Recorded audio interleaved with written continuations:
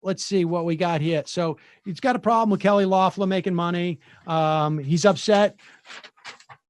Everybody says that we were not prepared for this. Okay. Well, in Forbes magazine, they reported that as of last Monday, 280 million masks in warehouses around the United States were purchased by foreign buyers.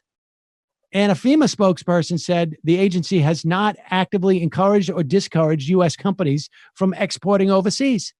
So that's proof that we were ready, so much so that we just allowed all these companies to bid and sell their stuff to the highest bidder in other countries instead of going to people who don't have the money to pay for it. So we were ready. That doesn't sound like, ooh, shortages. We don't have it and whatnot. Meanwhile, it's sold everywhere. Yeah. You know what the problem was? I'll tell you who wasn't prepared. The people who got sick didn't have prepared because they didn't make enough money to pay for this stuff. Maybe if all the doctors weren't so busy with look at me, I'm a doctor. Oh, I'm great.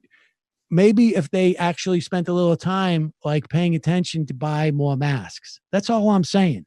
Okay. I'm not knocking doctors. I think they do okay. They're fine, but it doesn't mean that you don't have self-responsibility just because you're a doctor. It's and unbelievable. People are complaining oh, I'm a nurse. I have to wear a garbage bag to protect my face. What's wrong with a little innovation? What's wrong with a little bootstrap? Let's play this clip. This is clip number 2. All of these whiny governors, right? There should be a whiny test before you get to be governor. And because they're all whining I don't have enough ventilators. I don't have enough masks.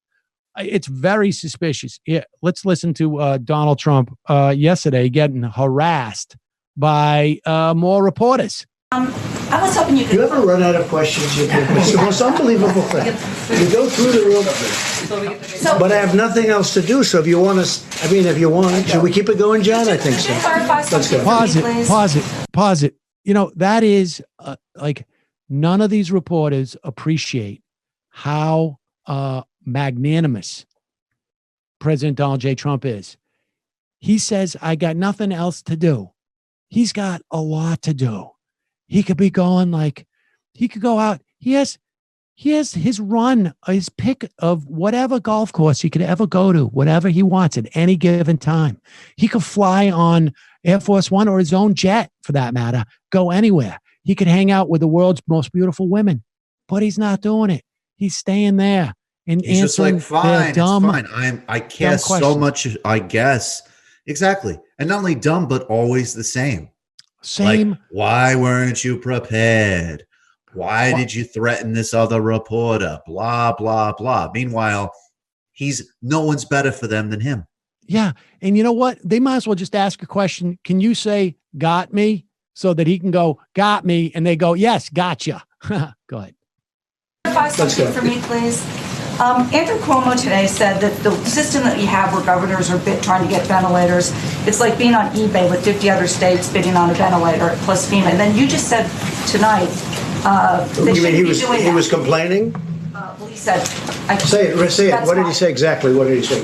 He said that when you have states competing for ventilators in medical care, it's like being on eBay with 50 other states bidding on a ventilator. Well, he shouldn't be complaining because we gave him a lot of ventilators.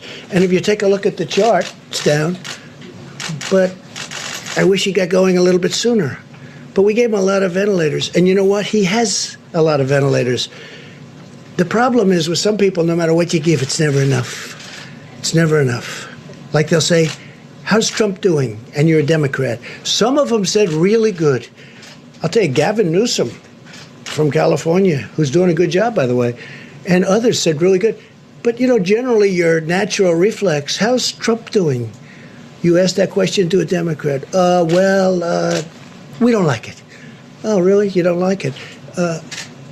We're getting very high marks, but I'm not doing this for marks. I'm doing this to save lives. Exactly. And they're distracting him from saving lives by asking him questions. And everybody, look, here's the bottom line. I've been to New York before, okay? And I will tell you this. Almost like the moment you come out of like a train station or a bus station, or you park your car and you walk around a little bit, before you know it, some dude's coming up to you going like, hey, do you want some stethoscopes? Hey, do you want like some scrubs? Hey, I got a sale over here on some masks or these some ventilators medical just devices. fell off a truck. Exactly. On a deal on them. This is That's the thing. all you ever see anywhere you go in New York. Cuomo is refusing to acknowledge what we all know about New York, which is that there's a lot of thieves there. There's a lot of people like, oh, this fell off a truck.